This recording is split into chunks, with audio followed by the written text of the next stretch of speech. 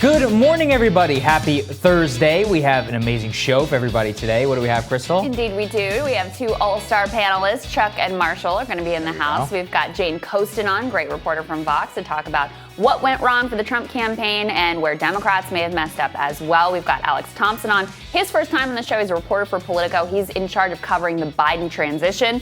And that is, in fact, where we want to start because we got some big news yesterday, which is that Ron Klain, longtime staffer specifically to Joe Biden, will in fact be named as chief of staff. Many of you might know him from the HBO movie Recount, where he was played by Kevin Spacey. He's been around the political scene for a long time. That was me nerding out there for a little bit. It's a great movie. I recommend you all watch it. Although, screws Kevin Spacey. But, so Ron Klain is somebody who's been around Washington for 25 plus years, worked for Joe Biden, worked for the Hillary campaign, Obama administration, Clinton administration, longtime Democratic operative. Apparently his dream has always been White House chief of staff, so congratulations, Ron. Yep. It's not a surprise. I think I said here in the past, I had no doubt in my mind Ron Klain would be who they would pick for two reasons. He was the Ebola czar under Barack Obama, and very close relationship with Joe Biden. Something that's becoming clear with Biden and the people he's picking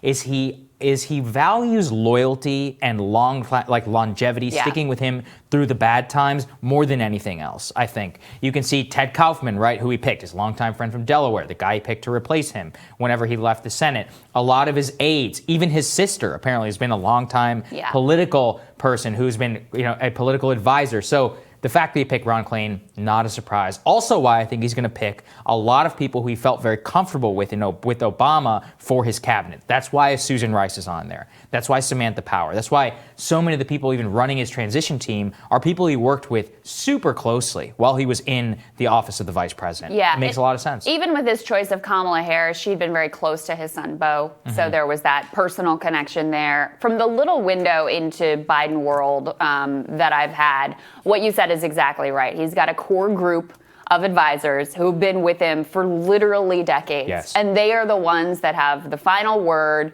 They're the ones who are most trusted. And you can understand that. Listen, this is a town full of sharks. If you've got people you actually trust, you want to keep them close. And so that's certainly been his model here. Definitely not a surprise that Ron Klain gets named. Once the pandemic became front and center and Ron Klain had been out front, he was the Ebola czar, and he was out front in terms of talking about their handling of Ebola, got a lot of positive press around his talking about, okay, this is what the president should do during the pandemic. He really rocketed up the charts in terms of his likelihood of being named chief of staff. Out of the available options who had been floated, progressives feel the best about Ron Klain. He's sort of he's sort of a standard. I don't think anyone would call him a progressive. I think he's not ideological. Standard issue Washington operative versus some of the other names that had been floated were more tied to industry, more tied to Wall Street and corporate interest. So, for example, AOC responded yesterday. She was heartened by this. Good news and encouraging choice. This is what I saw across the gamut in terms of progressives on Twitter reacting to the news. Ron Klain has a lot of deep relationships in Washington, so he was getting praise and accolades from everybody from AOC to to Republicans as well. So this is highly expected, but nonetheless significant in terms of what is going to happen moving forward. There was actually an effort by progressives, Data for Progress, and another progressive pollster. Do you remember this? We covered this on the show. Polling. They did polling on the bios of the different potential chiefs of staff.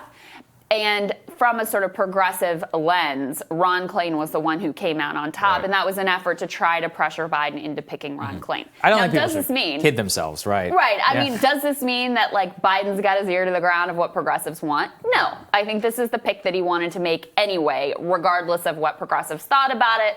But, if you were looking for reason to be heartened or at least not be disgusted, this was an encouraging sign. On the other hand, Li Fang reports that Klain was actually appointed in 2016 to the Executive Council of TechNet, which is the trade group that lobbies for Silicon Valley here in D.C. So it's a mixed bag, right? Of course. That's basically what it is. Yeah. I do think it's interesting that AOC and Elizabeth Warren and other people are heartened by it. I think if you're thinking about it from a pandemic perspective, that's probably where why he made that choice, and it made it even clearer given that Klain has worked for him for so long, which brings us to the pandemic and likely the biggest challenge that he will face in at least in the first couple of years of his administration. So let's throw this up there on the screen. Where we are right now is basically a disaster. You can actually see there across the entire United States in the Midwest that those red pockets all across the interior of the rural parts of this country. It's a mess. And part of the issue is that we are now, I think, at both the highest daily caseloads ever. We went from 100,000 cases in a day. You'll recall when we talked about that right before the election. Now we're in the 140,000, 150,000. Deaths are also beginning to tick up. They're up 36% in the rolling average there that you can see, the 14-day average, which that's always what you want to keep your eye on. It's not the day-to-day increase in deaths, but in the rolling average as it continues to tick up, 1,400. At its worst of this pandemic, I think we were around 2,000 to 3,000 deaths per day, beginning to look like it may be able to get back up there. So that is something that I think we really need to keep in mind here. And you can also see, this is another key metric for how things are going, is not just the cases, but how severe are those cases. So let's throw this Atlantic story up there on the screen about hospitalizations. We can see there from hospitalizations across America are beginning to hit peak in several different areas. I was actually reading in Montana, South Dakota, and some other places that they're almost at peak capacity. The 40% more people more hospitalized than there were 2 weeks ago is again consistent with the rolling 14-day average of a 36% increase in cases. So it's directly proportional, which should worry us because, as it makes sense, the more people have cases, there may be more people who have severe cases who are going to be hospitalized. The lucky thing is we generally have we know a lot more about this disease. A lot more people survive. We have therapeutics and all that, but there's a lot of old people out there who, even with therapeutics and more, a lot of them perish because of this. Well, you see that, yesterday's death number and those death numbers overall ticking up. I mean, this is a very ugly landscape because we've been here before. You know what it looks like. First, you get the big explosion in cases. Then you see, and we're seeing this now, massive spike in hospitalizations. Yep. And then, of course, what comes after that is you see those death rates tick up and up and up. And you're right.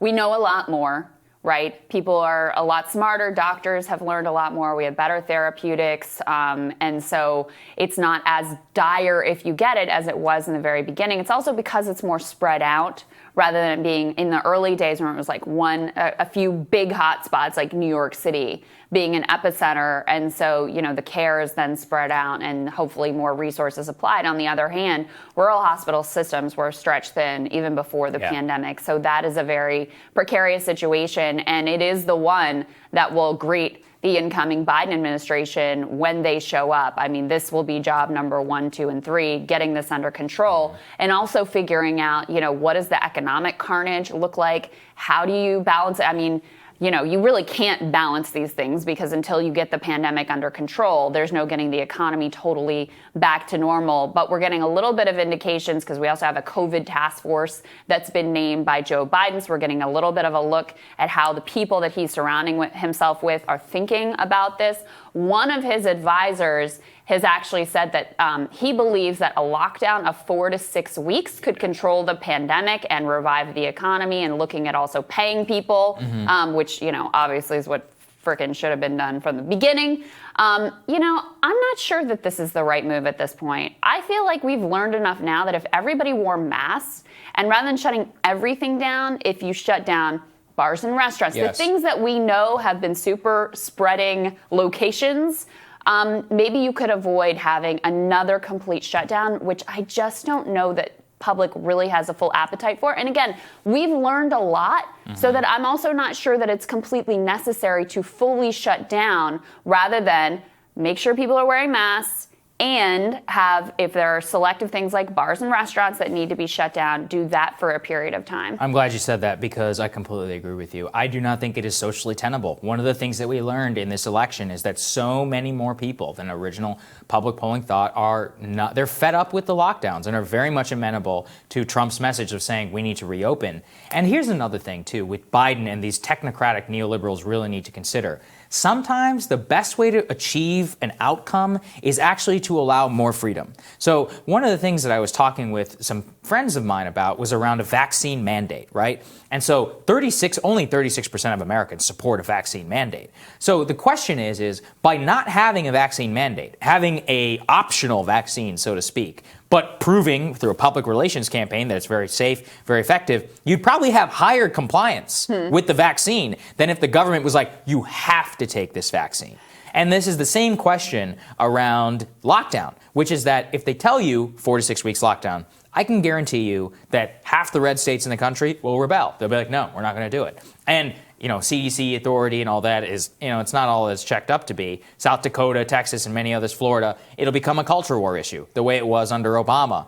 Remember like Operation Jade Helm, like things like that. My God. Yeah, but I mean, these things are real. Like these are real things that people get freaked out about. It was not a real thing, but people did really get freaked out about it. Yes. As in, yes, there was a deployment for a training exercise to Texas, which was a real thing. It was not a coup.